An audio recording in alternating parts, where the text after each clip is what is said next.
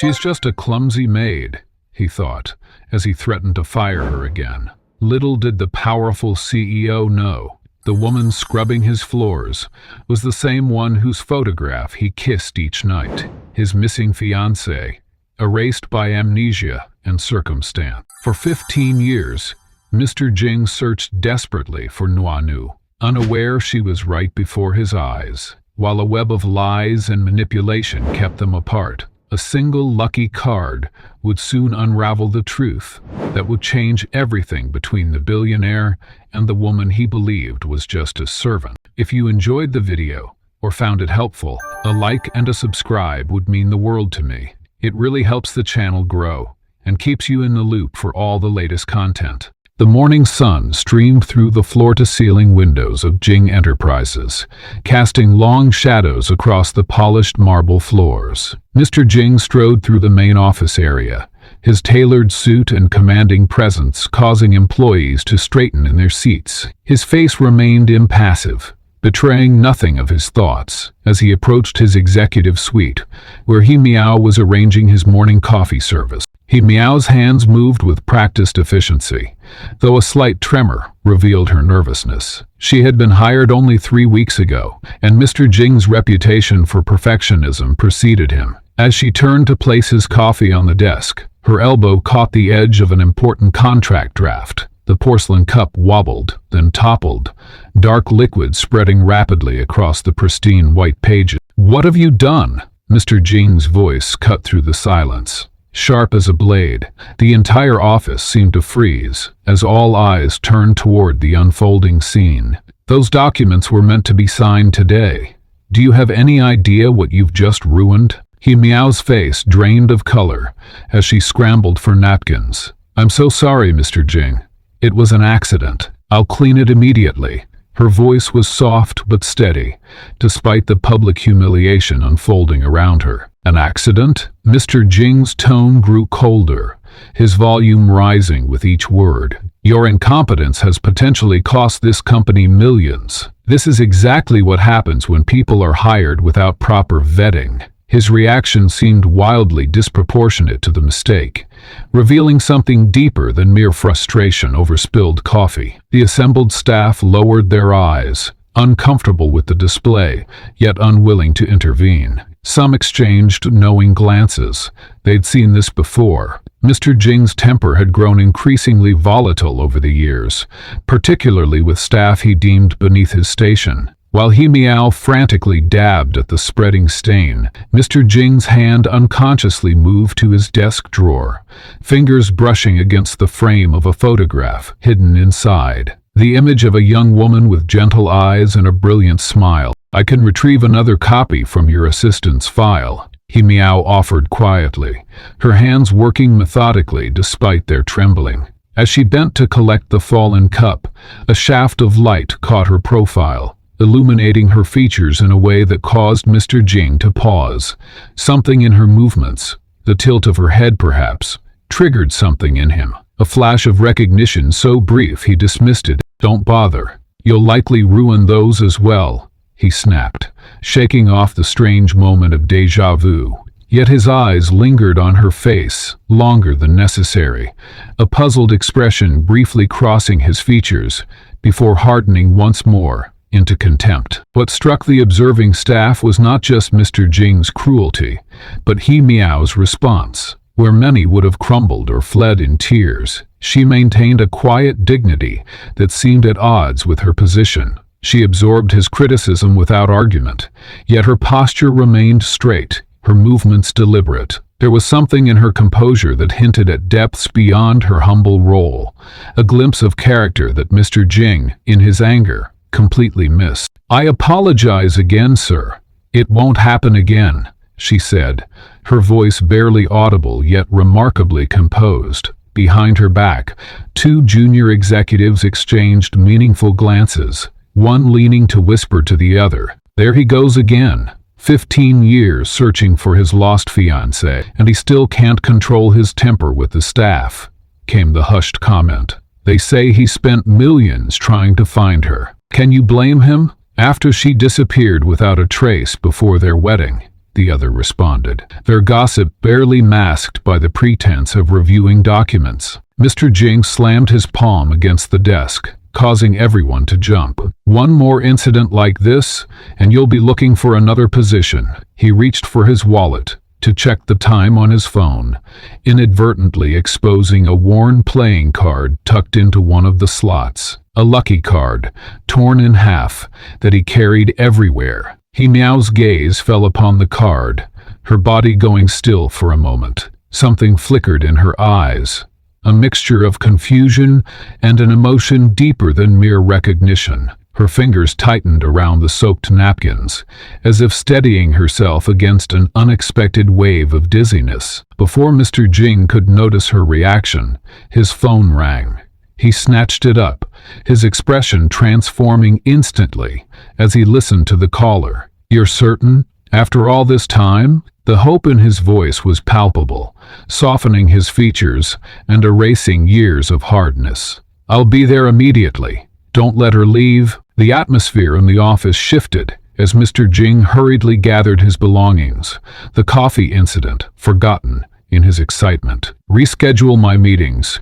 I'll be unreachable for the rest of the day," he commanded his assistant, already halfway to the door. He Meow stood forgotten among the debris of her mistake, watching his retreating form with an unreadable expression. As the rest of the staff returned to their tasks, relief evident in their postures, she finished cleaning the spill and gathered the damaged papers. Once alone, she began to hum softly, an unusual melody with a distinctive pattern of notes that seemed to emerge from her unconsciously. Had Mr. Jing still been present, he would have frozen in his tracks. The melody was one he had composed himself, a private tune he and Nuanu had created together as a sign of their connection. No one else could know it, certainly not a maid who had entered his life only weeks ago. As he Meow organized the desk, still humming that telling melody, she remained unaware of its significance, unaware that she was the very woman Mr. Jinx had rushed off to find, unaware that the lucky card in his wallet was the missing half-to-one she kept hidden in her sparse apartment. The dramatic irony of their situation hung in the air, unseen by either party, yet painfully obvious to anyone who might have known the truth. The coffee spill had revealed more than just Mr. Jing's character. It had set in motion a chain of events that would eventually bridge the 15-year gap between who he Meow was now and who she had once been. For in that brief moment when their eyes had connected, when something ancient and familiar had passed between them without recognition, the first thread of their intertwined fate had begun to unravel. Outside the office, rain clouds gathered on the horizon, foreshadowing the storm of revelations to come.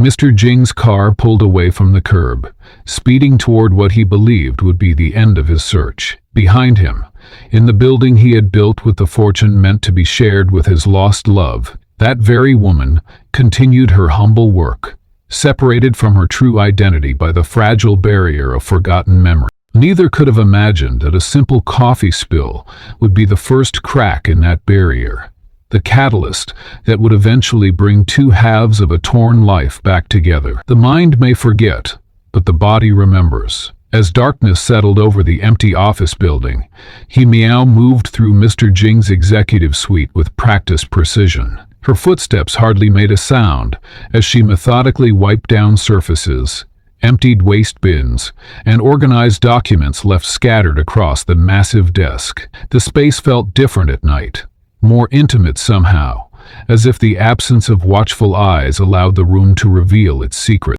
She hadn't planned to stay late, but the afternoon's events had left her feeling unsettled. Something about this space called to her, a strange familiarity that made no sense given her short employment. Her fingers brushed against the polished wood of Mr. Jing's desk as she cleaned, pausing occasionally when an object would trigger an unexpected shiver of recognition. The silver pen caught her eye as she organized the stationery. Unlike the standard company pens distributed throughout the building, this one seemed distinctly personal, an elegant writing instrument with an unusual embossed pattern along its length. Without thinking, He reached for it, her hand moving as if guided by an invisible force. The moment her fingers closed around the cool metal, pain lanced through her temples. A flood of fragmented images overwhelmed her senses. A garden at sunset, champagne glasses clinking, a man's hands holding this very pen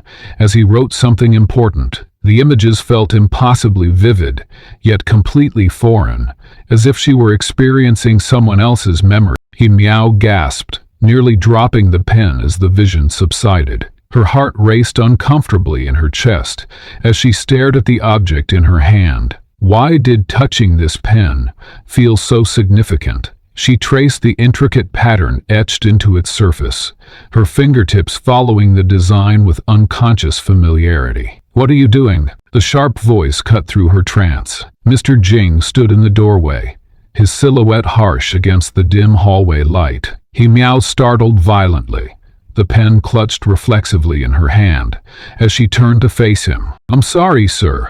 I was just cleaning and organizing your desk." Her voice trembled slightly as she extended the pen toward him, suddenly aware of how compromising her position appeared. Mr. Jing crossed the room in quick strides, his expression darkening as he snatched the pen from her outstretched hand. "This isn't a common office supply. It's a personal item." His tone carried an accusation that made her stomach tighten with anxiety. "I didn't mean to pry, sir. Meow faltered, unable to explain the strange compulsion that had drawn her to the object. How could she describe the disorienting flashes of memory that weren't her own? It seemed familiar somehow. His eyes narrowed at her explanation, searching her face with newfound intensity. For a moment, something in her expression caused his stern demeanor to falter, a flicker of recognition, quickly masked by suspicion. "Familiar?" he repeated, his voice lower now. "This pen is one of a custom piece I gave to someone many years ago." He examined her face more carefully, as if seeing something for the first time. "Someone who is no longer in my life." Meow pressed her fingers against her temple, fighting another wave of pain. These headaches had been increasing in frequency lately, always striking when she encountered certain objects or heard specific phrases. "I'm not sure why I said that. Please forgive me. Are you unwell?" His question contained more wariness than concern, as if he suspected her discomfort might be an act. "It's just a headache, sir." She lowered her hand, trying to appear composed despite the throbbing behind her eyes. "I sometimes get them when—" She stopped herself. "When what?" "When I touch things that seem to belong to another life?" The thought sounded absurd, even to herself. Mr. Jing's gaze fixed on her hands, which had automatically resumed the precise movement they had made across the pen's surface. "Stop that," he commanded, his voice strained. Meow looked down, surprised to find her fingers tracing invisible patterns in the air, mimicking the design on the pen. She hadn't realized she was doing it. "How do you know that pattern?" The question came sharp and urgent. "I don't know," she answered honestly, confusion evident in her voice. "My hand just remembered." Mr. Jing took a step back, his expression shifting between disbelief and something less definable. Perhaps alarm, perhaps wonder. "Are you trying to manipulate me? Did someone put you up to this?" Meow's response came with genuine distress. "I would never do such a thing. I needed this job. I still do. I wouldn't risk it for some trick." The CEO's jaw tightened as he studied her. Something in her mannerisms, the way she held herself, the slight tilt of her head as she spoke, triggered an uncomfortable sense of déjà vu that he immediately tried to dismiss. "Perhaps you saw me handling the pen during meetings and subconsciously mimicked the movement," he suggested, offering a rational explanation that felt hollow even as he spoke it. Meow seized the opportunity. "Yes, that must be it. I'm very observant." The lie tasted bitter, but it was better than the truth. She couldn't explain. "You should go home," Mr. Jing said abruptly, turning away from her. "Finish your cleaning tomorrow." "Of course, sir." She bowed slightly, gathering her cleaning supplies with efficiency born of practice. As she moved toward the door, another wave of pain caused her to stumble. Mr. Jing's hand shot out reflexively to steady her, catching her elbow. The moment of contact sent another jolt of recognition through both of them. He Miao flinched, as if shocked, while Mr. Jing withdrew his hand, as if burned. "I'm fine," she assured him, embarrassed by her clumsiness. "Good night, sir." After she left, Mr. Jing stood motionless in his office, the silver pen clutched tightly in his hand. With deliberate movements, he lowered himself into his chair and examined the object that had triggered such a strange encounter. The pen had been a gift to Nuanu before their engagement, an extravagant custom piece featuring a pattern he had designed himself, incorporating elements that were meaningful to their relationship. He'd commissioned it as a symbol of their future together, unaware that future would dissolve into 15 years of searching and disappointment. He turned the pen slowly in his hands, his thumb unconsciously tracing the same pattern Hu Miao's fingers had followed with such precision. The exact pattern. A pattern no one else would know, unless they had seen the original design sketches, or held this pen with intimate familiarity. "The warm photos are also matched by you. Sorry, President," he murmured, recalling the inscription he had specially commissioned inside the pen's case, a private joke between Nuanan and himself that no one else had ever known about. He hadn't thought about that inscription in years. Why had the maid's touch seemed so natural with this pen, and that expression on her face while holding it? For a split second, he could have sworn he was looking at Nian Nuan. The thought was ridiculous, of course. He Miao bore little physical resemblance to his lost fiancée. Her features were plainer, her bearing less confident, her entire presence seemingly designed to avoid notice rather than command it. And yet, Mr. Jing opened his desk drawer and withdrew a small framed photograph, the only image of Nuanyu he kept on display. The resemblance he sought wasn't there in any obvious way, but something about the maid's mannerisms had triggered this unsettling feeling of connection. He considered the practical possibilities. Could He Miao be related to a Nuanu somehow? A distant family member, perhaps? Or was this merely his desperate mind, searching for connections where none existed? After 15 years of fruitless searching, perhaps he was becoming susceptible to seeing signs in coincidental behaviors. Yet the way her fingers had traced that pattern with such unconscious precision troubled him deeply. It wasn't something one could guess or approximate. She had followed the custom design exactly, as if her muscles remembered what her mind did not. Conscious gestures can betray our deepest secrets, but they can also make us targets. Helen stood at the threshold of Mr. Jing's office, her manicured nails digging into the doorframe. As she watched him, his attention had shifted in recent days, following the maid with curious eyes whenever she entered a room. Helen had spent years carefully cultivating her position at his side, and she recognized a threat when she saw one. "You've been distracted lately," Helen remarked, gliding into the room with practiced elegance. She placed a hand on Mr. Jing's shoulder, noting how he subtly shifted away from her touch. Mr. Jing closed the folder he'd been reviewing. "I have a company to run, Helen. Distraction isn't a luxury I can afford. Yet you found time to watch that maid," he meowed, "isn't it?" Helen's voice remained light, but her eyes hardened. "I've noticed how you look at her. She's familiar somehow," Mr. Jing admitted, his brow furrowing. "Something about her movements, the way she carries herself. It doesn't align with her background." Helen's smile tightened. This was precisely what she'd feared. The invisible thread connecting He Miao to Mr. Jing's past was becoming visible, despite her efforts to keep it severed. For 15 years, she had orchestrated a complex web of deception, and she wouldn't allow a simple maid to unravel it now. Later that evening, Helen slipped into Mr. Jing's private quarters when the household staff had retired. With gloved hands, she opened his wall safe, the combination as familiar to her as her own birthday, and removed a diamond bracelet he had purchased for his mother's upcoming birthday.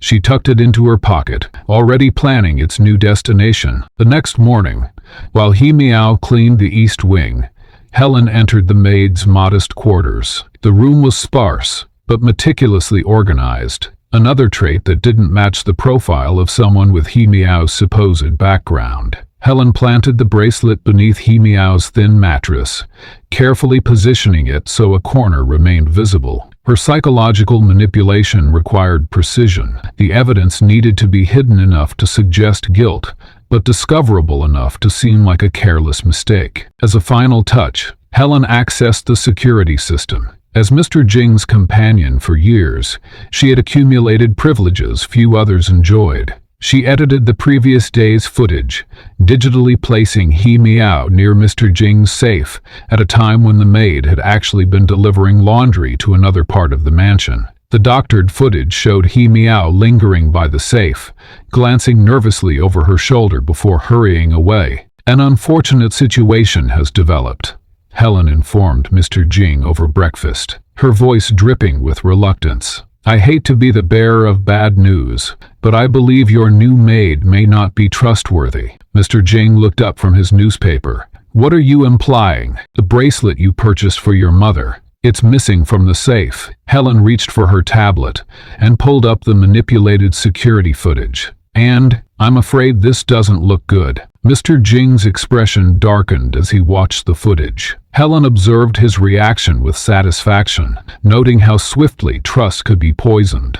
The seed of doubt she'd planted would bloom into suspicion, then conviction. It was a familiar pattern she had orchestrated many times over the years. That afternoon, security staff discovered the bracelet in He Meow's quarters during a search. He Meow was summoned to Mr. Jing's office, where he awaited with cold fury etched across his features. Helen stood beside him, the perfect picture of disappointed concern. I trusted you, Mr. Jing stated flatly when He Meow entered. Despite your earlier mistakes, I gave you an opportunity many would envy, and this is how you repay that trust? He Meow's expression registered genuine confusion. Sir, I don't understand. Mother's bracelet was found in your room, Mr. Jing said, gesturing to the diamond piece, now resting on his desk. The security footage shows you near my safe yesterday. Did you think no one would notice? He Meow's face paled. I would never steal from you, sir.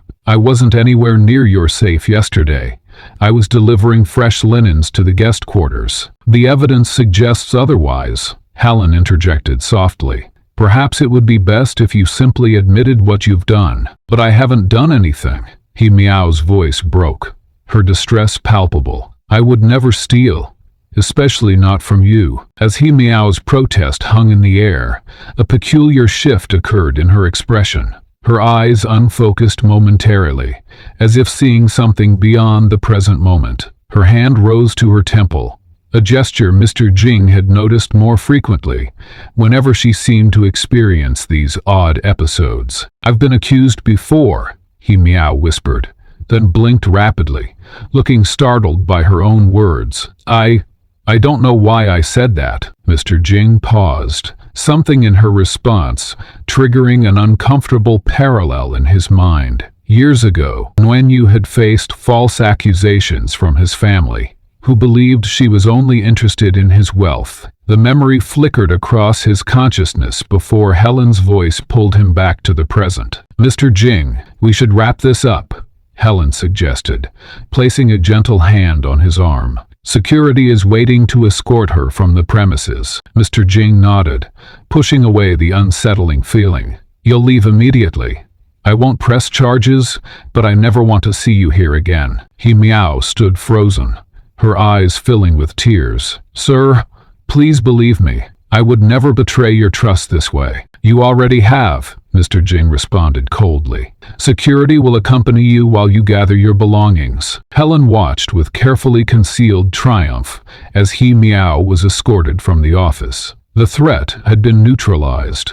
Whatever connection had been forming between Mr. Jing and the maid had been effectively severed. In her room, He Meow numbly collected her few possessions, As she removed her uniforms from the small dresser, something fluttered from behind it, a photograph that must have slipped between the furniture and wall. She picked it up, her breath catching as she examined the image. It showed a younger version of herself standing beside Mr. Jing at what appeared to be a garden party. Her hair was different, her clothing elegant, but the face was unmistakably hers. On the back, faded handwriting read, Nguyen Yang and Liang, engagement celebration. Hian Miao stared at the photograph, her headache intensifying to a blinding pain. How could she be in a picture with Mr. Jing years ago? How could she be this woman named Nuanu? She tucked the mysterious photograph into her pocket, too overwhelmed to process its implications. As He Miao left the mansion, Mr. Jing watched from his office window. Something about her departing figure struck him as hauntingly familiar. The dignified posture despite her circumstances, the slight tilt of her head, a sense of déjà vu washed over him, powerful enough that he nearly called out to stop her. But the evidence of her betrayal held him back, despite the persistent feeling that something fundamental was escaping his grasp. In her private suite, Helen made a phone call, turning away from the windows to ensure privacy. "It's done," she spoke quietly into the phone. "She's been removed from the house, but we may have a problem." He's starting to notice similarities. The voice on the other end responded, inaudible to anyone who might have been listening. "Nothing concrete yet," Helen continued, "but we need to ensure she doesn't return to the area. If her memory starts to restore itself." She paused, listening to the response. "Yes, I'll make the arrangements. The Yen family needs to keep her far away from him. Increase their monthly payment if necessary. We've maintained this arrangement for 15 years. I won't let it fall apart now." Helen ended the call and moved to her vanity, studying her reflection. Her actions represented the darkest form of psychological manipulation, systematically controlling He Miao's perception of reality, while simultaneously influencing Mr. Jing's understanding of the truth. She had mastered the art of gaslighting and false memory implantation, weaving a narrative so convincing that even Mr. Deathbeds have a way of stripping away pretense, leaving only raw truth in their wake. In the sterile quiet of St. Mary's Hospital, 3 lives were about to intersect in ways that would permanently alter their trajectories. Mr. Jing had not planned to find himself here today, navigating the antiseptic corridors toward his adoptive father's room, his thoughts preoccupied with business concerns rather than emotional preparation. The doctors had called that morning. His father's condition had worsened, and they recommended he visit soon. Despite their complicated relationship, Mr. Jing had immediately cleared his schedule and driven across town. He paused outside room 317, taking a deep breath before pushing the door open. The room was dimly lit, monitors beeping softly as they tracked vital signs. His father looked smaller somehow, diminished against the white hospital linens. The old man's eyes were closed, his breathing shallow but steady. Mr. Jing moved to sit in the chair beside the bed, unsure whether to wake him or let him rest. "The nurse said he's been asking for you." A soft voice spoke from the doorway. Mr. Jing turned, his composed expression faltering for just a moment, as he recognized the figure standing there with fresh towels in her arms. He Miao, the last person he expected to see in his father's hospital room. She wore a simple aide uniform, rather than the maid's attire he was accustomed to seeing her in, but there was no mistaking her face. The face that had haunted his thoughts since her dismissal, though he would never admit it. "What are you doing here?" he asked, his voice sharp with surprise. She hesitated before answering. "I work here part-time. I started after..." She didn't need to finish the sentence. After he had fired her. After Helen's scheme had succeeded. After she had been forced to rebuild her life yet again. The awkwardness between them hung heavy in the air as He Miao moved efficiently around the room, adjusting the water pitcher, straightening items on the bedside table. She was clearly practiced at maintaining a professional demeanor, despite uncomfortable circumstances. A skill developed through necessity. "I can request another aide if you prefer," she offered quietly. Before Mr. Jing could respond, his father's eyes fluttered open. The elderly man's gaze moved slowly from his son to He Miao, and something extraordinary happened. His clouded expression cleared, replaced by startling lucidity. He reached out a trembling hand. "Nuanu," he whispered, his voice cracking with emotion. "Nuanu, is that you?" The effect of the name was electric. Mr. Jing stiffened in his chair, while He Miao froze mid-management, towels still in her hands. The old man continued to stare at He Miao with growing certainty. "Father, this is He Miao. She works here," Mr. Jing explained, attributing the mistake to medication and his father's deteriorating condition. "You remember Nguyen was my fiancé years ago." But the elderly man shook his head with surprising vigor. No, I know who I'm looking at. That's Nguyen Yu." He beckoned He Miao closer. Hesitantly, He Miao approached the bed. Something in the old man's certainty seemed to affect her, drawing her forward, despite her obvious discomfort. When she reached his side, he took her hand with surprising strength. "You don't remember me, do you?" he asked gently. "But I remember you. You used to bring those sweet cakes when you visited. You always saved the red bean ones for me." He Miao's expression shifted from confusion to something more complex. "I'm sorry, sir. I think you're confusing me with someone else," she said softly, though her voice lacked conviction. "The medication is making him confused," Mr. Jing explained, rising to intervene. "Father, you should rest. We can talk later when you're more clear-headed." "I am clear-headed," the old man insisted, suddenly agitated. "For the first time in months. I see perfectly. You're just too blind to see what's right in front of you." His outburst seemed to drain him, and he sank back against his pillows. He Miao instinctively moved to adjust them, her hands working with surprising familiarity. Mr. Jing watched as she positioned the pillows with precise movements, supporting the old man's neck exactly as Nguyen used to do for his father years ago. A specific technique she had developed that had always brought the elderly man comfort. Mr. Jing felt a chill run down his spine. How could she know that particular method? It was too specific to be coincidental, too precise to be guesswork. A doctor entered the room, breaking the tense moment. "Mr. Jing, good to see you here," he said, checking the monitors. "Your father's been quite insistent about seeing you today." "Doctor, my father seems confused. He's mistaking this aide for someone from our past," Mr. Jing explained. His voice, the doctor nodded thoughtfully. "It happens with the medication, of course, but I've actually been practicing long enough to see something interesting in terminal patients. Sometimes, as they near the end, they experience moments of remarkable clarity, almost as if the veil between what we know and don't know thins temporarily." "You're suggesting his confusion might actually be clarity?" Mr. Jing asked skeptically. "I'm merely observing that sometimes dying individuals recognize truths that others miss," the doctor replied diplomatically. "The brain is still largely a mystery to us." Throughout this exchange, He Miao had continued tending to the elderly man, responding to his needs almost before he expressed them. When he murmured about being cold, she reached for a blanket from the exact cabinet where it was stored, despite having never been shown the room's organization. When he complained of discomfort, she knew precisely which button to adjust on the bed's complex control panel. Mr. Jing's father watched her with a knowing smile. "She always had good instincts," he commented softly. "Remember how she could always tell when you were hiding something, Liang, even when you thought you were being clever?" He Miao paused, something flickering across her face. Recognition, confusion, something indefinable. For a moment,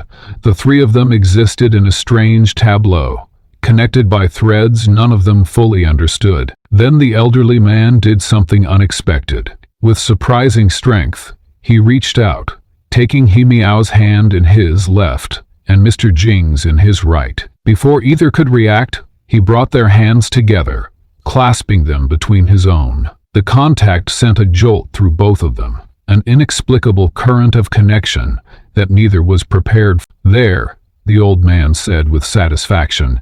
"That feels right, doesn't it?" Mr. Jing pulled his hand away first, unsettled by both the gesture and his reaction to it. He Meow stepped back, her cheeks flushed, her eyes avoiding Mr. Jing's. "I should check on my other patients," she murmured, gathering her things quickly. As she moved toward the door, the elderly man called after her, his voice suddenly stronger. "He still has his half, you know. He never gave up looking." He Meow paused, her hand on the doorknob, but didn't turn around. Something in her posture suggested she was listening intently, though trying not to show it. "I'll be back to check on you later, sir," she said finally, and slipped from the room. When the door closed behind her, a heavy silence fell. Mr. Jing turned to his father, finding the old man watching him with a clarity that belied his failing health. "You always were stubborn," his father said softly. "Always needed every piece of evidence before you'd believe what your heart already knew." "Father,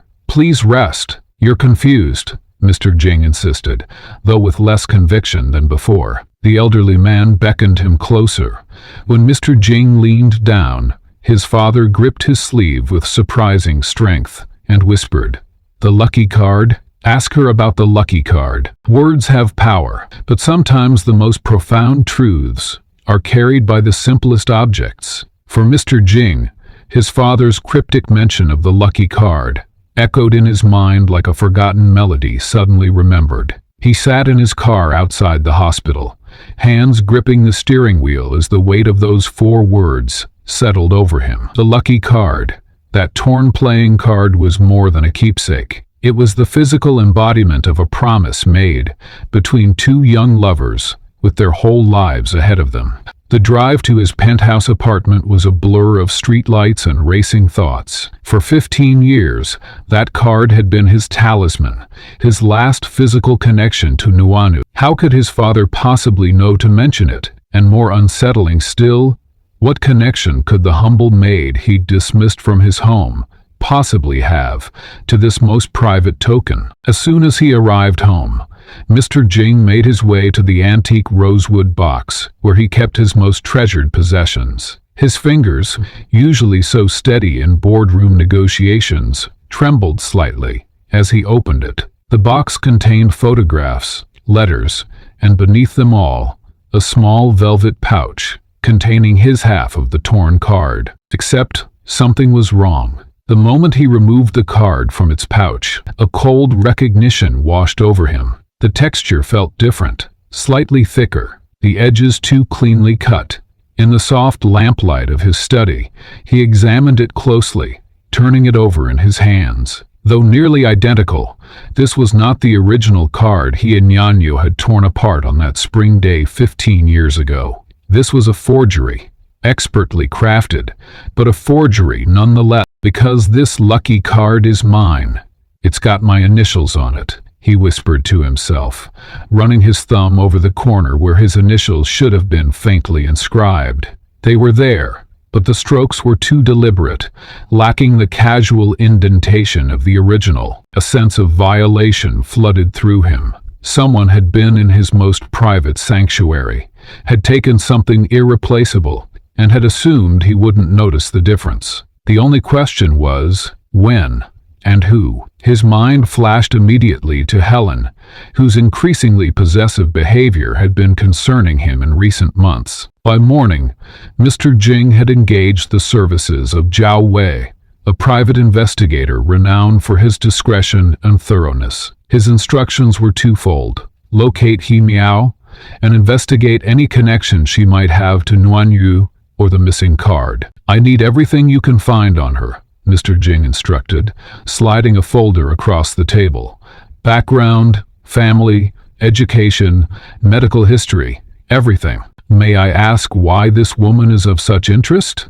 Zhao asked, leafing through the sparse employment file. Mr. Jing considered his response carefully. "Let's just say there are inconsistencies that need resolving." The investigation yielded results faster than Mr. Jing had anticipated. Within days, he was sitting in Xiao's sparse office, surrounded by photographs and documents that painted a most curious picture. "She lives here," Zhao explained, sliding across a photograph of a dilapidated apartment building in one of the city's poorest districts. "Single room, shared bathroom down the hall, rents always paid on time, but just barely. And her background. Zhao hesitated. That's where things get interesting. According to official records, she was adopted by the Yen family after suffering severe injuries in an accident 15 years ago. The timing matches precisely with Nianu's disappearance, which I assume is not coincidental to your interest. Mr. Jing's pulse quickened. Go on. The accident left her with traumatic amnesia. She has no recollection of her life before waking up in the hospital. The medical reports from that time describe a young woman with severe head trauma, multiple fractures, and no identification. The investigator spread several documents across the desk. But here's where it gets truly intriguing. Despite her circumstances, she displays mannerisms and knowledge inconsistent with her supposed background. She speaks 3 languages fluently. She has classical music training. Her handwriting analysis suggests someone educated at elite institution. Mr. Jing leaned forward, his heart racing. Medical records was the most challenging part, Zhao admitted. But I managed to access them. Blood type AB negative, rare, affecting less than 1% of the population. And this, he placed a medical photograph on the desk. A distinctive crescent-shaped birthmark on her left shoulder blade. Mr. Jing stared at the image, remembering how he used to trace that same mark on Nianu's shoulder. The evidence was mounting, becoming impossible to dismiss as coincidence. But there was more. There's something else you should see, Zhao continued, sliding over bank records. Monthly payments from an offshore account to the Yen family, dating back 15 years. The source was difficult to trace, but I followed it back to a shell company that appears to be controlled by this woman. He placed a photograph of Helen on the desk. The betrayal hit Mr. Jin like a physical blow. Helen had been with him for 12 years, supposedly supporting his search for Nianu while systematically sabotaging it. And if these payments were any indication, she had been paying the Yin family to maintain a fiction about He Miao's identity. I need to see her, Mr. Jing said, the decision crystallizing in his mind. That evening found him parked across from He Miao's apartment building. The neighborhood was a stark contrast to the luxury he surrounded himself with. Crumbling infrastructure, graffiti-covered walls, the persistent smell of overflowing garbage. He waited, watching as residents came and went, until finally, a slight figure in a worn jacket approached the building. He Miao looked different outside her maid's uniform, smaller somehow, yet with an unconscious grace that seemed at odds with her surroundings. Mr. Jing watched as she paused to help an elderly neighbor with grocery bags before making her way inside. Through binoculars, he observed her silhouette moving about her small apartment. She prepared a simple meal, ate alone at a tiny table, then moved to sit by the window. What happened next made his breath catch in his throat. With an absent-minded gesture, she reached into a small wooden box on the windowsill and removed something, holding it up to the light. Even from a distance, Mr. Jing could make out the unmistakable shape of a torn playing card, the other half of his lucky card, the piece that had been missing for 15 years. The world seemed to tilt on its axis. All this time, the woman he'd been searching for had been right before his eyes, disguised in the uniform of a maid he'd cast aside. The irony was almost unbearable. He had sought Nianu across continents, had employed investigators and offered rewards, had never stopped hoping, and all along she had been serving him coffee, enduring his temper, living a life of poverty enforced by Helen's manipulation. The pieces fell into place with devastating clarity. Helen must have discovered He Miao's true identity years ago and orchestrated her employment as a maid specifically to keep her close yet insignificant in Mr. Jing's eyes. It was a cruel and calculated gambit, one that had nearly succeeded. The betrayal that had sustained Helen's position for years was about to face its reckoning. As dawn broke over the city skyline, Mr. Jing stood silent in his office, the torn playing card between his fingers, its edges worn from 15 years of hopeful touches. The security monitor before him displayed footage he had requested from the archives, footage that would shatter the foundation of trust he had built his relationship with Helen upon. When she entered his office, Helen's smile faded at the sight of his expression. The air between them grew thick with unspoken accusations as he placed both halves of the lucky card on his desk, his authentic half and the one he had taken from Hiao's apartment. "Sit down, Helen." Mr. Jing's voice was unnervingly calm. "I believe you have quite a story to tell me about these cards. About Miao, about Nuanu." Helen's posture stiffened, her rehearsed denials dying on her lips as he reached forward and pressed play on the security footage. The black and white video showed a younger Helen slipping into Mr. Jing's office late at night, carefully opening his desk drawer and swapping his original lucky card with a nearly identical forgery. 15 years, Mr. Jing whispered, his voice sharp with betrayal. 15 years of searching, while she was right in front of me, serving me coffee, cleaning my office, being humiliated by me. His hands trembled slightly as he paused the footage. "Did you enjoy watching me demean the woman I've spent my fortune trying to find?" Helen's composure cracked. Her carefully constructed mask of devotion slipped away, revealing the calculation beneath. "She wasn't supposed to be here," she hissed, abandoning pretense. "The yens were paid well to keep her away. But when I learned she needed work, I saw an opportunity you couldn't possibly understand." "Try me," Mr. Jing challenged, his voice dangerously quiet. "Do you have any idea what it's like living in the shadow of a ghost?" Helen's voice rose with 15 years of suppressed resentment. "Nuanu this, Nuanu that, your perfect lost love who you never stop searching for, even with me by your side. When I discovered who he Miao really was, I thought it was poetic justice, the great love of your life, scrubbing your toilets while you looked right through her." Mr. Jing's eyes darkened. "You orchestrated her employment here, specifically to humiliate her. She was nothing when I found her." Helen's control was slipping further, living with that wretched family, no memories, no identity. I could have exposed her then, but why? She was broken, damaged goods. I made sure the yens kept her dependent and ignorant. It was simple enough, regular payments, in exchange for maintaining their control over her. The revelation struck Mr. Jing like a physical blow. The depth of manipulation unfolding before him was staggering. This wasn't just opportunistic deception. This was calculated cruelty, spanning more than a decade. "The accident that took her memories, did you arrange that too?" he asked, dreading the answer. Helen laughed bitterly. "Give me some credit for finding opportunities, not creating them. The accident was real. I simply ensured she never found her way back to you." Mr. Jing rose from his chair, turning to face the city skyline. "And my search efforts? The investigators I hired? Child's play to misdirect," Helen replied, with a dismissive wave.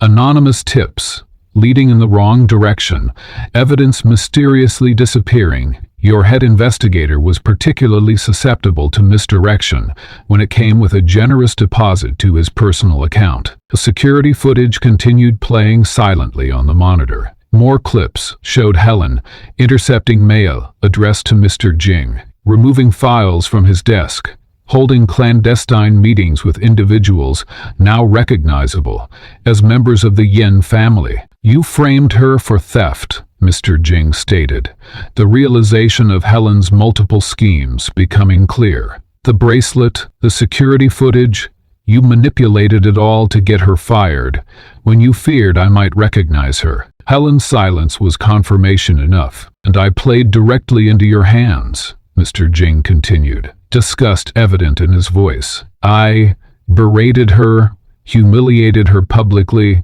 fired her without a second thought, all while she was the very woman I've been desperate to find." The weight of his actions crushed against his chest. Every harsh word, every cold glance, every moment of disdain replayed in his mind with horrifying clarity. Helen stood, attempting to regain control of the situation. "I did what was necessary to protect what we built together. She doesn't even remember you. The woman you loved is gone. There's only He Meow now, a simple maid, with no memory of your grand romance. And yet she kept her half of our lucky card, Mr. Jing replied softly. Something in her remembered Helen, despite everything you did to keep us apart. Helen's desperation grew visible. I love you, she insisted, her voice taking on a pleading quality that had never been there before. Everything I did was because I couldn't bear losing you to a memory. You have to understand, she was never going to recover her memories. The doctors said as much years ago. So you appointed yourself the arbiter of her fate. Mr. Jing's voice rose for the first time. You decided she didn't deserve to know her own identity? That she should live in poverty, working menial jobs, separated from her past and from me? The security footage now showed something new. Helen in Mr. Jing's home office, removing files labeled Nguyen New Search and feeding them into a shredder. The date stamp showed this happened just last month. You've been actively obstructing justice, Mr. Jing continued, his legal mind cataloging Helen's offenses. Identity theft, fraud, conspiracy with the Yins to maintain a false identity. Helen's eyes narrowed, desperation giving way to cold calculation. You can't prove any of this would stand up in court. It's your word against mine, and half of what I've done falls outside the statute of limitations. I don't need a court to deliver judgment here, Mr. Jing replied. You're done, Helen. Your access to my home, my company, my life, it all ends today. Helen's face contorted with fury. You'd throw away everything we built for a woman who doesn't even know who you are? She's not Nuanu anymore. That woman is gone. And yet, you were terrified enough of He Meow to spend 15 years ensuring we never truly met, Mr. Jing observed quietly. Your actions betray your words, Helen. Some part of you always knew Nguyen Yu was still there, waiting to be remembered. For a moment, Helen seemed ready to launch into another tirade, but something in Mr. Jing's expression stopped her. The man before her was not the same person who had entered the office that morning. Something fundamental had shifted. A resolve had crystallized in his eyes that told her further arguments would be futile. Security will escort you from the building, Mr. Jing stated with finality. Any personal items will be delivered to an address of your choosing after they've been thoroughly examined for company property or evidence. You'll regret this, Helen whispered, gathering her composure around her like armor. She'll never be the woman you remember. Perhaps not, Mr. Jing agreed, surprising her. But she deserves the chance to discover who she truly is without your interference. And I intend to help her recover her identity, whether or not she ever remembers loving me. Mr. Jing's determination to recover the past had led him to an unexpected discovery that changed everything. As he stood outside the modest apartment building where He Meow now lived, he noticed a young girl, perhaps 14 years old, exiting through the front door. She moved with the same graceful precision he had observed in He Meow, but there was something else that made his breath catch in his throat. The girl's profile, the determined set of her jaw, and the intelligent sparkle in her eyes mirrored images he had seen countless times in his family photo albums. The timing aligned with devastating precision. If this child was indeed 14, she would have been conceived just before Nuanu vanished from his life. The mathematics of their separation took on new, heartbreaking dimensions, as Mr. Jing realized what had been stolen from him wasn't just his fiancée, but potentially his own daughter, a child who had grown up without ever knowing her father. When he finally arranged to speak with He Meow about his suspicions, her protective instincts flared immediately. She positioned herself between Mr. Jing and any mention of her daughter, her eyes narrowing with suspicion whenever he steered the conversation toward the girl. My daughter has nothing to do with our past complications, He Meow stated firmly, not realizing the profound irony of her words. She's the one constant in my life, the only certainty I've had since waking up in that hospital bed 15 years ago. Mr. Jing watched her carefully, noting how her hand unconsciously moved to her heart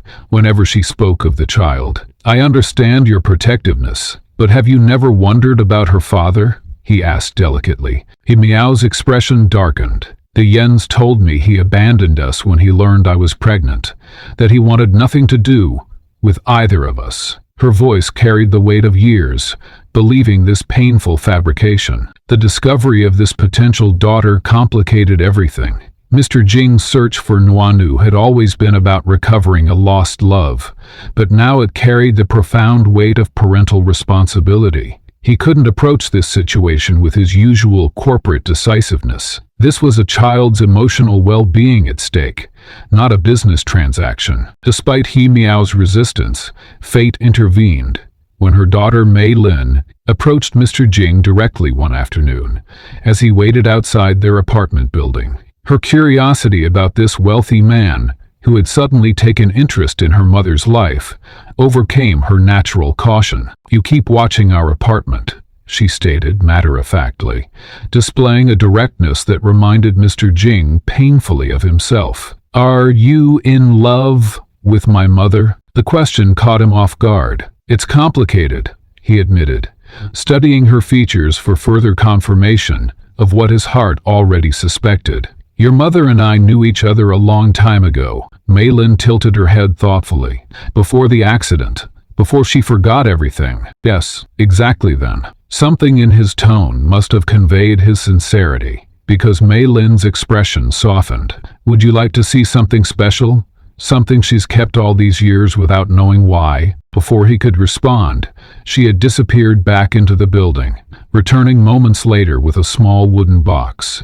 "Mom always kept these things, even though she doesn't know why they're important. She just says they feel right to have around." Inside the box lay several mundane treasures that struck Mr. Jing with the force of physical blows. A dried flower from the corsage he had given Nuanu at their first formal date, a seashell from their weekend at the coast, and most significantly, the lucky card with his initials that he had given to Nuanu 15 years prior. "This lucky card is mine," he whispered, emotion making his voice unsteady.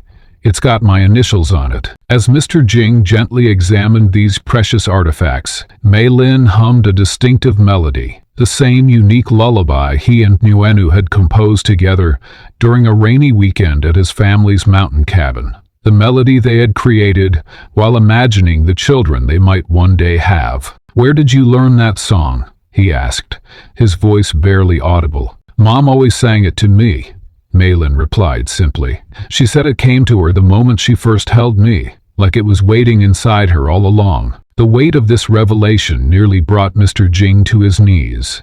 These weren't coincidences. They were fragments of identity that had survived, even when memories had not. The child standing before him, humming the melody he had helped compose, was almost certainly his daughter. Arranging for the paternity test required careful diplomacy. Mr. Jing approached He Meow with respect and transparency, explaining his suspicions while acknowledging her right to refuse. To his surprise, she agreed more readily than expected. "I've always wondered," she admitted quietly. "The Yens were never forthcoming about my daughter's father. If there's a chance you might be..." She left the thought unfinished, but her eyes revealed how desperately she wanted her daughter to have what she herself had lost, a connection to her past. The Yen family, however, reacted with panic when they learned of the impending test. Their desperate interference revealed just how much they feared losing the financial arrangement they had maintained with Helen all these years. The patriarch of the family even claimed to be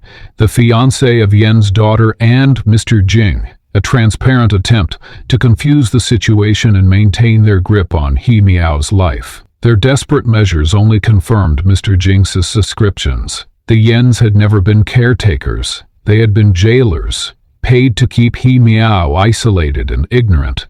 For them, He Meow and Mei Lin represented nothing more than a steady income stream they were now in danger of losing. The day the paternity test results arrived, Mr. Jing sat across from He Meow in a private consultation room at the medical center. The envelope between them held more than scientific confirmation.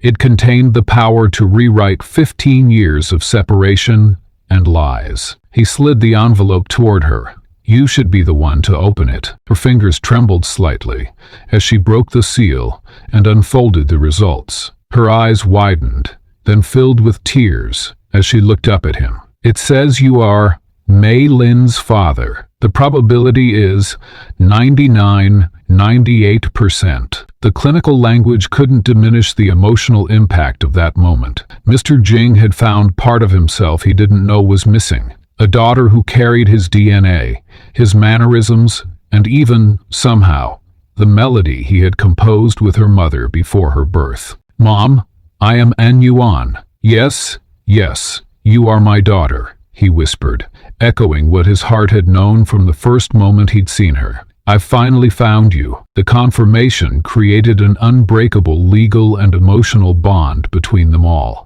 No matter what happened with He Miao's memories, Mr. Jing now had irrefutable grounds to protect both mother and daughter from the Yin family's manipulation. More importantly, it gave Mei Lin something she had silently yearned for her entire life. A father who had never willingly abandoned her. The psychological impact of this revelation affected each of them differently. For Mei Lin, there was a complex mixture of excitement at finding her father and confusion about why it had taken 14 years. For He Miao, the confirmation triggered intensifying headaches as her mind struggled to reconcile this new information with the fabricated past she had been living. And for Mr. Jing, there was both overwhelming joy and crushing guilt. Joy at finding his child, and guilt for all the years he had failed to recognize what had been taken from him. As the paternity test confirmed their biological connection, the psychological impact of this revelation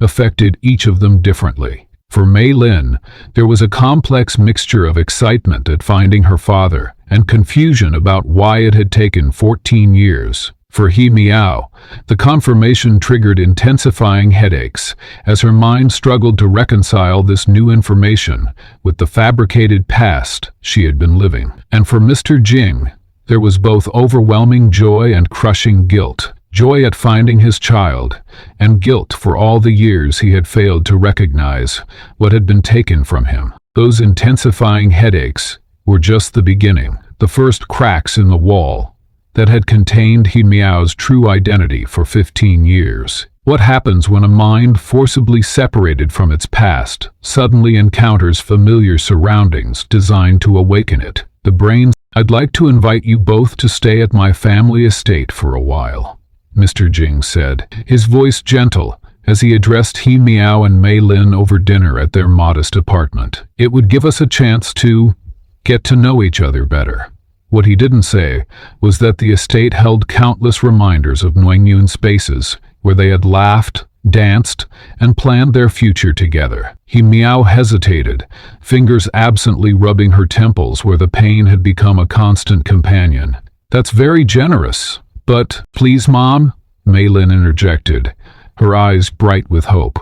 "I want to see where my father lives." The word father still felt strange to He Miao's ears, yet undeniably right in ways she couldn't explain. She nodded slowly, unaware that this decision would set in motion a cascade of neurological events that no medical textbook could fully explain. The family estate sprawled across acres of manicured gardens and elegant architecture. As their car approached the main house, He Miao felt her heart racing inexplicably. By the time they stepped into the grand foyer, her palms were sweating. "Have I been here before?"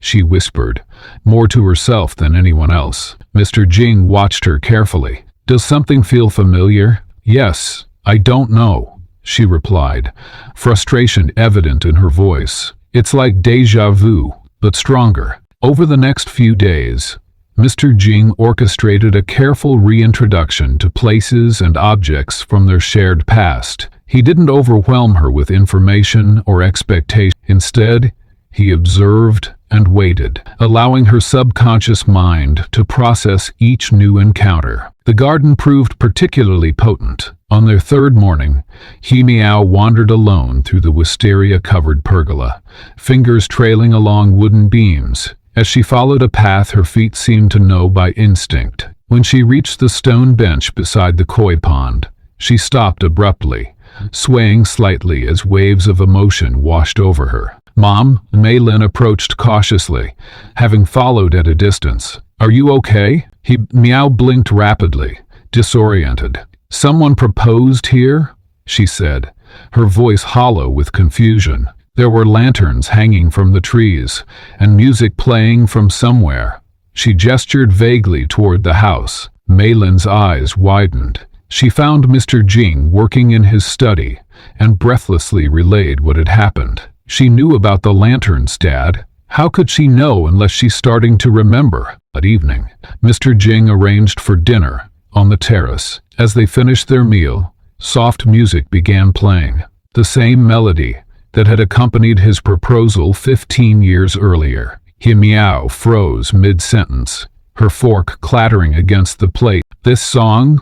she whispered. "I know this song." Mr. Jing merely nodded, his expression carefully neutral, despite the hope blooming in his chest. He stood and offered his hand. "Would you like to dance?" Without conscious thought, Meow rose and stepped into his arms, her body automatically finding the correct position against his. As they moved together, her feet followed patterns she had no memory of learning, yet executed perfectly. From her seat at the table, Maylin watched in fascination. "She's different here," she observed later that night to Mr. Jing. "More, I don't know, herself? Like she's finally fitting into her own skin." Strong emotions play a significant role in memory recall, particularly in cases of amnesia, Mr. Jing explained gently, drawing on research he'd immersed himself in since discovering Meow's true identity.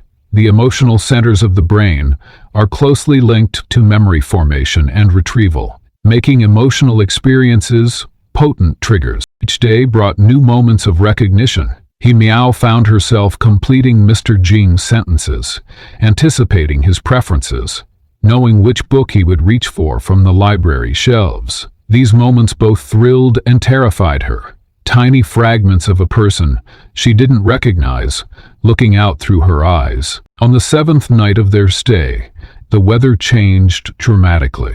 Wind howled around the estate as rain lashed against windows and thunder crashed overhead. Meow bolted upright in bed, her nightgown soaked with sweat, heart pounding frantically against her ribs. The storm had triggered something primal and terrifying. Echoes of the night her identity had been stolen from her. Lightning illuminated her bedroom in strobing flashes as panic consumed her. She stumbled into the hallway, disoriented and gasping for breath. Lian Chie, the intimate nickname, one only Nian Nu had ever used, tore from her throat as she collapsed against the wall, clutching her head in agony. Mr. Jing appeared from his room across the hall, stunned by the name she had called him.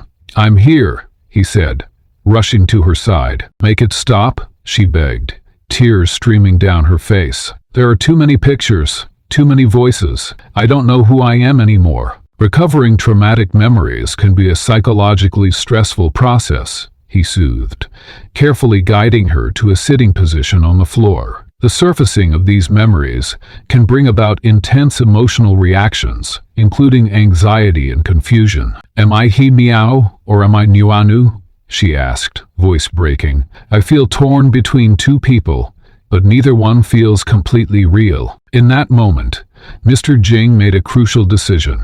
The old Mr. Jing would have pushed for Nuanu's complete return, desperate to reclaim what he had lost. But the man he had become recognized something profound about identity and healing. "You are you," he said simply. "Whatever name you choose, whatever memories you recover, or don't, your identity is valid. The experiences you've had, as Meow, raising our daughter alone, surviving against impossible odds, those things aren't erased by discovering you were once someone else." She looked up at him, tears subsiding as his words penetrated her confusion. "But don't you want Nuanu back?" "I want you to be whole," he replied, "however that looks." Maylin appeared in the hallway, drawn by the commotion. Seeing her mother huddled on the floor, she immediately sat beside her, taking her hand. Mom, he now squeezed her daughter's hand.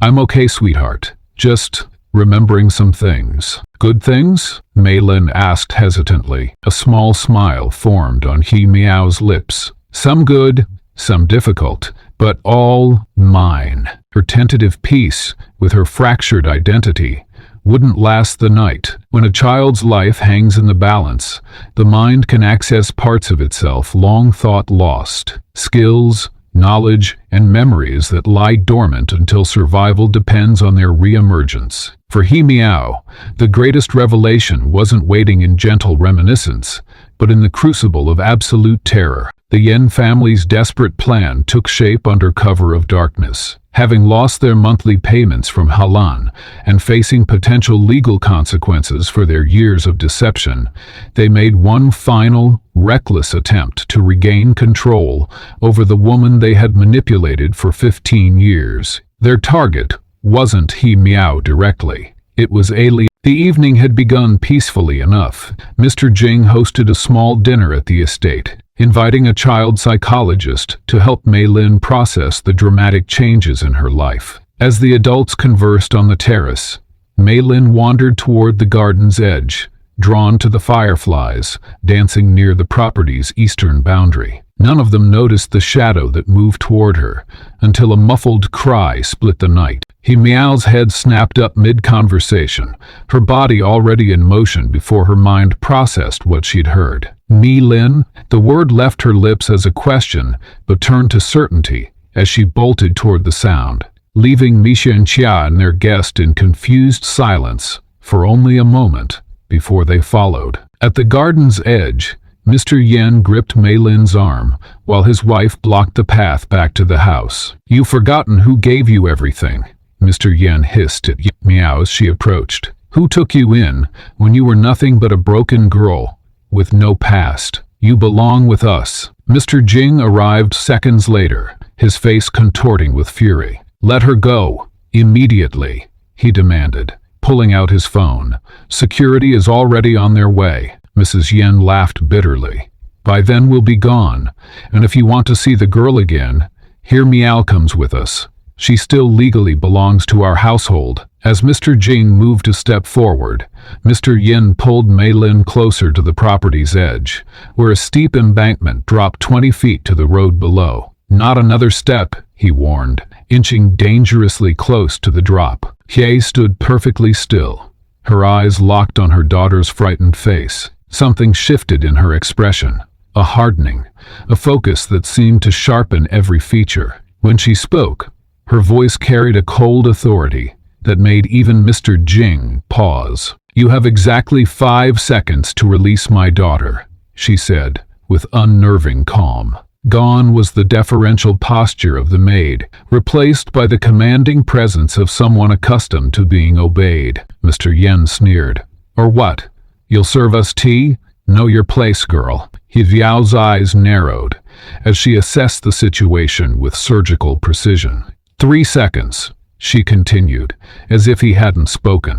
In that moment, Mr. Jing recognized something he hadn't seen in 15 years, the tactical intelligence that had first drawn him to Nuanun, the daughter of his father's military colleague. Before anyone could react, Hye Miao moved with stunning efficiency. Her hand found a garden stone, launching it with perfect aim at the solar plexus of Monsieur Yen, causing him to double over. In the split second of distraction, she executed a flawless countermove against Monsieur Yen, incapacitating her with a precise strike to the shoulder, a technique that required years of martial arts training. Mr. Jing watched in astonishment. The woman before him moved with the expertise of someone who had spent years in combat training that Nuanyu had received from her father, a high-ranking military official, but that He Miao had never displayed before this moment. As Mr. Yen staggered backward, dangerously close to the edge, He Miao lunged forward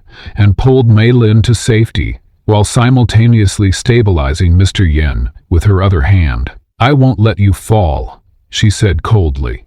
"Unlike you, I don't solve problems by destroying lives." The confrontation triggered something profound within Miao's mind. Like a dam breaking, Memories flooded through her consciousness, not in fragments as before, but in a torrential rush of complete recall. She gasped, her eyes widening as 15 years of suppressed identity surged forward. "You knew," she whispered, still gripping Mr. Yen's arm. "You knew exactly who I was when you found me after the accident." Her voice grew stronger with each word. "You recognized the engagement ring, the documents in my purse. You saw an opportunity and took it." Mrs. Yen, nursing her injured shoulder, paled visibly. "We gave you a home when you had nothing. You gave me servitude." The words erupted from He Miao with 15 years of suppressed rage. "You kept me from medical treatment that might have restored my memories. You told me my child's father had abandoned us, when all along you knew exactly who he was." Security personnel arrived, restraining the Yens as He Miao continued her confrontation, now armed with complete recall of her past. "You intercepted every search attempt. You moved us whenever Liang's investigators got close. You worked with Helen to ensure I remained hidden, all for monthly payment." Mr. Jing stood transfixed, watching the transformation before him. This wasn't just He Miao speaking with newfound confidence. This was Nuanu's strategic mind and education shining through years of enforced subservience. Yet something entirely new was present too, a resilience and strength forged through years of hardship that the privileged Nuanu had never possessed. Maylin stared at her mother with a mixture of awe and confusion. "Mom?" she asked tentatively. He Miao turned to her daughter, her expression softening immediately. "Yes, love. It's still me." She pulled Maylin into a protective embrace. "I just remember everything now. Who I was before. What happened to us." As the Yens were escorted away to await the authorities, He Miao turned to face Mr. Jing. The woman before him seemed to embody both identities at once. The refined poise of Nuanun, merging seamlessly with the hard-won strength of He. "I remember everything," she said quietly. "The accident wasn't random. Helen arranged it when she discovered I was pregnant with your child. The Yins were supposed to ensure I disappeared permanently, but they saw more profit in keeping me alive and controlled." Mr. Jing reached toward her hesitantly, overwhelmed by what he was witnessing. "Nianan," she raised her hand, stopping him. "That's not all of who I am anymore." Her gaze was steady, unflinching. "For 15 years, I was He Miao. I raised our daughter alone, worked jobs no one else wanted, built a life from nothing. Those years aren't erased by remembering my past." The three of them moved inside as local police arrived to take statements. Throughout the evening, Mr. Jing observed the remarkable integration happening before his eyes. He Miao spoke of her past as Nianu with complete recall, yet maintained the perspective and values formed during her years as a domestic worker. When speaking to authorities, she displayed Nuanu's education and articulate command of language. Yet when comforting Mei Lin, she used the gentle reassurances developed during years as a single mother. In times of crisis, individuals may exhibit extraordinary courage and resourcefulness, often displaying skills and knowledge that seem beyond their capabilities, the psychologist explained quietly to Mr. Jing. As they watched He Miao give her statement, the protective instincts of a person can become the driving force behind their actions, leading to a sudden and complete recall of past memory. Later that night, when the authorities had gone, and Mei Lin had finally fallen asleep, He Miao found Mr. Jing on the terrace, staring into the darkness where the confrontation had occurred. "You're wondering which one I am now," she said, joining him at the railing. "Nuanu or He Miao?" He turned to her, his expression carefully neutral. "I suppose I am." The crisis situation can serve as a catalyst for the integration of dual identities, she said, echoing words the psychologist had shared. Then, with quiet certainty, she added, "I am both, the woman you loved 15 years ago and the woman who served you coffee 3 months ago. My memories are complete now, but my identity isn't returning to what it was. It's expanding to include everything I've become." Integration of identity was one thing. Reconciliation was an entirely different challenge. As the morning light filtered through the curtains of her temporary room in Mr. Jing's estate, He Miao stood before the mirror, studying her reflection with new awareness. The woman who gazed back was neither fully the ambitious Nuan Yan of 15 years past, nor merely the resilient maid who had scrubbed floors for months. She was the sum of both experiences, a mosaic of memories fragmented and reassembled. But the question that hung in the air remained unspoken. Could a man who had once shouted at her over spilled coffee truly love the complex woman she had become? Mr. Jing paced his office, rehearsing words that felt inadequate against the weight of his actions. The company-wide ceremony he had planned was scheduled for noon, a public acknowledgement of Hiao's true identity and his own profound failing in recognizing her. His assistant had questioned the necessity of such a display, but Mr. Jing understood that private apologies would not suffice for public humiliation. The path to rebuilding what they'd lost required more than whispered regrets behind closed doors. "The ceremony will proceed as planned," he confirmed, dismissing his assistant's concerns with a wave, "and ensure the legal department has completed the paperwork transferring 20% of company shares to Miao's name." It was not about money. He knew that would never compensate for lost years, but it represented something more significant, a tangible acknowledgement of her rightful place. When He Miao arrived at the company headquarters, she wore neither the uniform of a domestic worker nor the designer clothes Mr. Jing had offered to purchase. Instead, she chose a simple but elegant dress she had saved for special occasions during her years of struggle, a statement that while she accepted her past identity, she would not erase the journey that had shaped her. "I won't pretend those years didn't happen," she had told him that morning, when he suggested she might want something new for the occasion. "Every callus on my hands, and every skill I learned while surviving, tells a story that deserves recognition." The central atrium was filled with employees, their expressions ranging from curiosity to discomfort. Many had witnessed Mr. Jing's harsh treatment of He Miao months earlier, and the whispers had already spread throughout the company. Their CEO was claiming the former maid was actually his long-lost fiancée. The skepticism was palpable, hanging in the air like a challenge. Mr. Jing stepped onto the small platform, and the murmurs quieted. "Today I stand before you not just as your CEO, but as a man humbled by his failures." His voice carried across the atrium, strong but stripped of its usual commanding tone. "Many of you witnessed how I treated a woman I believed was simply a member of our maintenance staff, with disdain,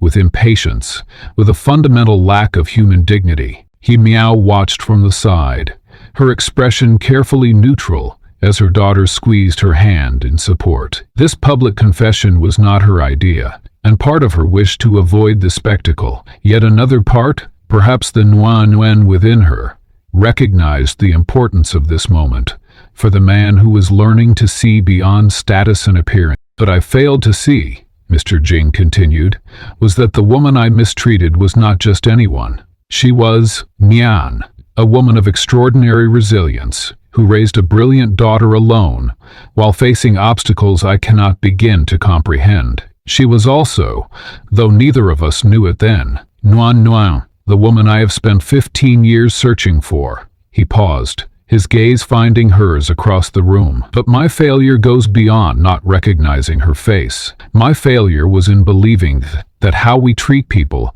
should depend on who we believe them to be." A ripple of uncomfortable recognition moved through the audience. Many had participated in the subtle hierarchies that defined corporate culture, the different tones used with executives versus maintenance staff, the assumptions made based on titles and clothing. "The reunification of our identities is not simply returning to who we were," Mr. Jing acknowledged. "We must build something new that honors both who we were and who we've become." After the ceremony, in the privacy of his office, He Miao finally spoke the words that had been forming since her memories returned. "I'm not asking for grand gestures or public apologies," she said, her voice steady. "What I need to know is whether you love the woman standing before you. not just the memory of who I was, or the idea of who you thought I should be. Mr. Jing regarded her carefully, seeing for the first time how the years had transformed the idealistic young woman he had loved into someone stronger, with harder edges but deeper compassion. "When I first saw you serving coffee, I felt nothing but irritation," he admitted. "When I realized who you were, I felt relief at finding Nuanu again. But now," he hesitated, searching for the right words, "now I find myself in awe of who you've become. The strength it took to raise our daughter alone, to survive without advantages, to maintain your dignity when those around you, when I treated you as less than you are." Mei Lin, who had been quietly observing from the corner of the office, approached them. At 14, she carried herself with a confidence that seemed inherited from both parents, though she had known only one until recently. "You both talk about the past like it's something to solve," she said, her adolescent directness cutting through the tension. "But I'm what came from it. I'm the proof that something good happened even when everything else went wrong." He Miao looked at her daughter with sudden clarity. Mei Lin had indeed become the bridge between their fractured selves, a living reminder of what they had created together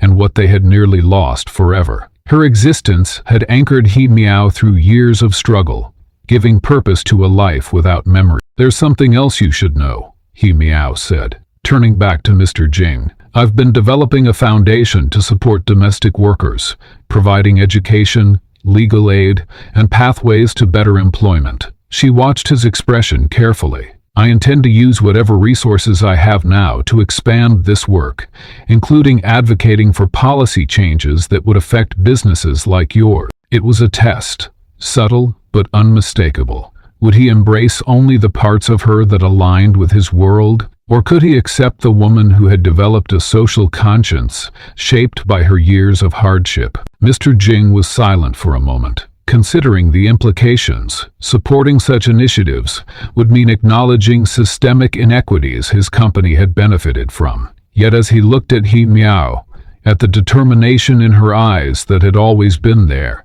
even when serving coffee, he recognized that loving her meant embracing her complete vision. "I would expect nothing less," he finally said. "Your perspective is exactly what this company has been missing. We've operated from a position of privilege, without questioning the structures that enable it." The businessman in him calculated the costs and benefits of such a stance. But the man who had lost 15 years with the woman he loved understood that some values transcended profit margins. In the following weeks, their relationship developed not as a continuation of their past engagement, but as something new, built on a foundation of mutual respect for who they had become. He Miao maintained her independence, refusing to simply move into Mr. Jing's life as though the intervening years had never happened. Instead, they created shared spaces while honoring separate identities, finding a balance that acknowledged both their history and their individual journey. The balance they struck in private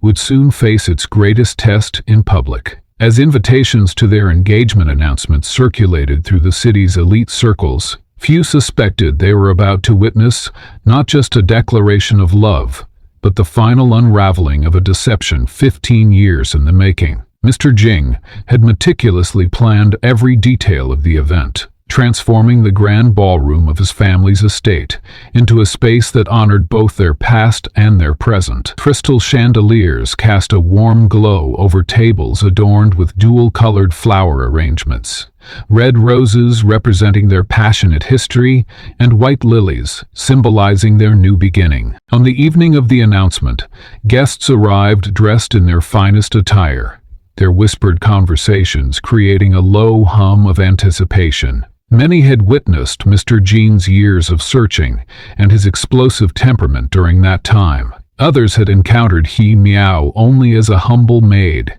their memories of her colored by assumptions about her status. The convergence of these two worlds created a palpable tension, with curious glances directed toward the entrance, where the couple would soon appear. When Mr. Jing and He Miao finally entered arm in arm, a collective gasp rippled through the crowd. He Miao wore a gown that masterfully blended traditional elements with contemporary design, much like her own integrated identity.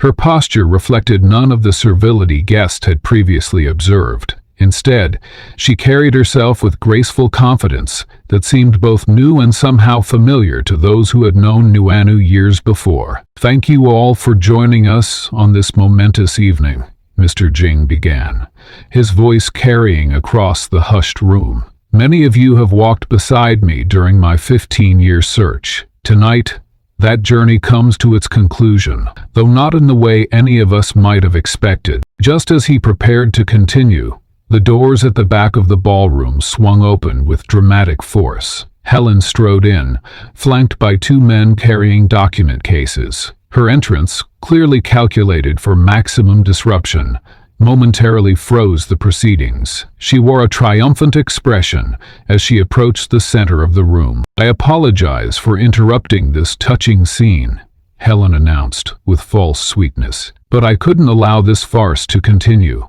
This woman is not who she claims to be." She gestured dramatically toward He Miao. "I have proof that her supposed recovery of memories is nothing but an elaborate scheme to access Mr. Jing's fortune." Murmurs spread through the crowd as Helen instructed her assistants to distribute packets of documents to key guests. Medical experts confirm that the type of amnesia she claims to have suffered cannot be reversed in the manner she described. Furthermore, I have testimony from specialists questioning the validity of the paternity test results. Xiao remained remarkably composed, her eyes never leaving Helen's face. When she finally spoke, her voice carried not anger but a quiet certainty. "I expected this," she said simply.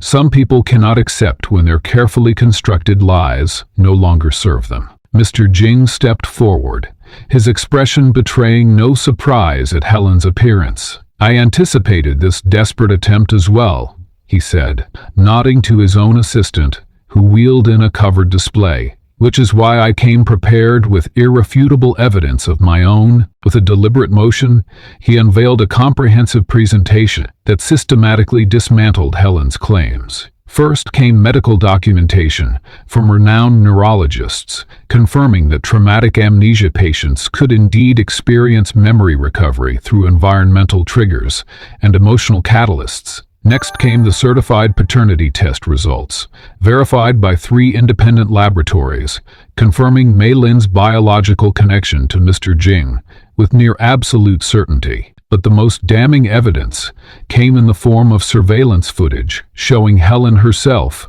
orchestrating the various deceptions over the years, intercepting search efforts, falsifying records, and conspiring with the Yen family. The assembled guests watched in stunned silence as 15 years of manipulation played out before their eyes. "And finally," Mr. Jing said, his voice growing softer as he reached into his pocket, "there is this." He held up his half of the torn lucky card, the edges worn from years of hopeful touches. He looked. Miao stepped forward, producing her own half from a small silk pouch. As they held the pieces side by side, the perfect match was undeniable, not just in the tear pattern but in the faded handwriting that connected across the torn edge. Helen's face contorted with rage as she realized her final gambit had failed. "You think this proves anything? A card can be forged, documents can be falsified." Her composure cracked entirely as security personnel appeared at her side. "You can't do this to me, not after everything I've done to keep you from her." As Helen was escorted from the room, He Miao stepped to the center of the gathering. The room fell silent, all eyes fixed on the woman who had lived 2 lives. "I stand before you as both Nuanu and He Miao," she began, her voice steady and clear. "These are not separate identities, but parts of a whole." The young woman who fell in love with Mr. Jing 15 years ago could never have imagined the strength she would find through years of struggle and anonymity. She gestured toward her hands, no longer hiding the calluses that told the story of her years of labor. Every moment of those 15 years, every hardship, every small victory has shaped who I am today. I embrace all of it. Her words carried the poise that had always been Nuanu's hallmark, yet they were infused with the hard-earned wisdom of He Miao's experiences. Many guests shifted uncomfortably in their seats, confronted with the reality that the woman they had dismissed as merely a servant possessed a dignity and grace that transcended social standing. Mr. Jing then guided a young woman forward, Mei Lin, their daughter, stepping into the public eye for the first time. Her resemblance to both parents was striking, the living embodiment of their connection that had persisted even when memories had not. Mei Lin carried herself with remarkable composure, showing none of the awkwardness typical of her 14 years. "Our daughter represents something precious that survived when all else was lost," Mr. Jing explained. "Even without memories, even without recognition, something fundamental remained." He turned to address the gathered guests directly, his expression solemn. "Many of you witnessed how I treated He Miao when she worked in my home and office. You saw my dismissiveness, my prejudice, my blindness to what was literally before me for months." His public acknowledgement of his failings created a palpable discomfort among the guests, many of whom had enabled or participated in similar treatment of household staff. "My inability to see beyond social status nearly cost me everything that truly matters," he continued. "It's a blindness that many of us share, and one we must consciously work to overcome." As the evening progressed, the transformation in the guests' behavior toward He Miao became increasingly evident. People who had once barely acknowledged her existence now approached with genuine interest and respect. Their perceptions visibly shifted as they reconciled the maid they had overlooked with the poised woman commanding the room. This challenge to their ingrained prejudices created moments of visible discomfort, but also of genuine reflection. Near the end of the evening, Mr. Jing and He Miao stood together on a small raised platform, each holding their half of the lucky card.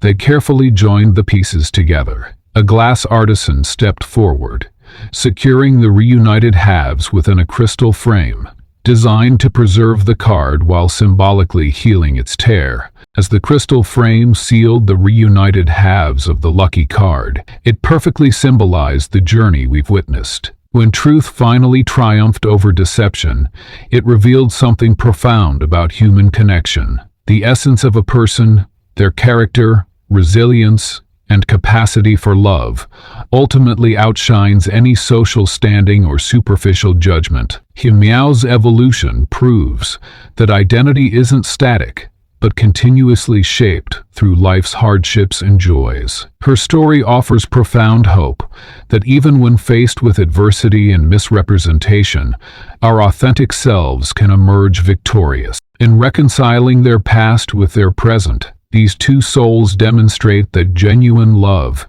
recognizes what truly matters, regardless of appearances or circumstances.